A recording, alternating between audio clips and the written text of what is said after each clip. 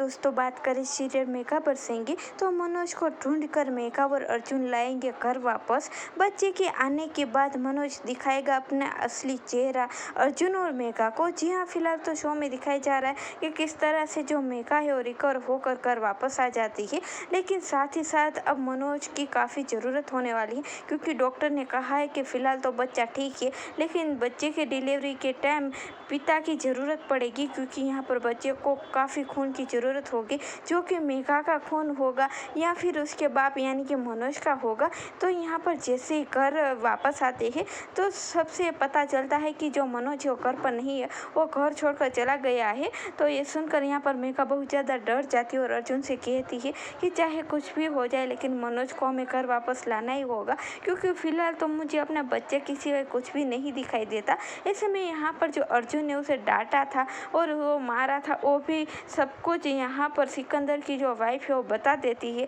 मेघा को। इसीलिए यहाँ पर मेघा काफ़ी परेशान हो जाती है, लेकिन अर्जुन कहता है कि वो मनोज को घर वापस लेकर ज़रूर आएगा। तो दूसरी तरफ जो मनोज है उसे ये पता जब से चला है कि मेघा आंटी और अर्जुन अंकल उसे नफरत करते, इसलिए वो घर छोड़कर चला गया होगा, लेकिन बीच रास्ते में ही यहाँ पर मेघा और अर्जुन ढूंढ कर लाएंगे घर वापस। पर आपको बता दें कि 9 महीने के बाद जो मनोज की असलियत है वो मेघा और अर्जुन दोनों के सामने आएगी। जैसे ही बच्चा आएगा तो वो बच्चे को खून तो जरूर देगा और उसकी जान भी बचा लेगा, लेकिन साथ ही साथ बच्चे को अपने साथ ले जाने की बात भी करेगा और तभी अपनी असलियत बताएगा कि इतने महीनों से बच्चा बनने का और पागल होने का नाटक कर रहा था और सिर्फ अपने बच्चे के लिए कर रहा था, क्योंकि वो नहीं चाहता है कि उसका बच्चा अर्जुन और मेघा के पास रहे, बल्कि मनोज के साथ रहकर मनोज जैसा ही बने। और ये जानकर यहाँ पर मेघा अर्जुन दोनों ही शौक रह जाते हैं। पर देखने वाली बात तो यही है कि मेघा और अर्जुन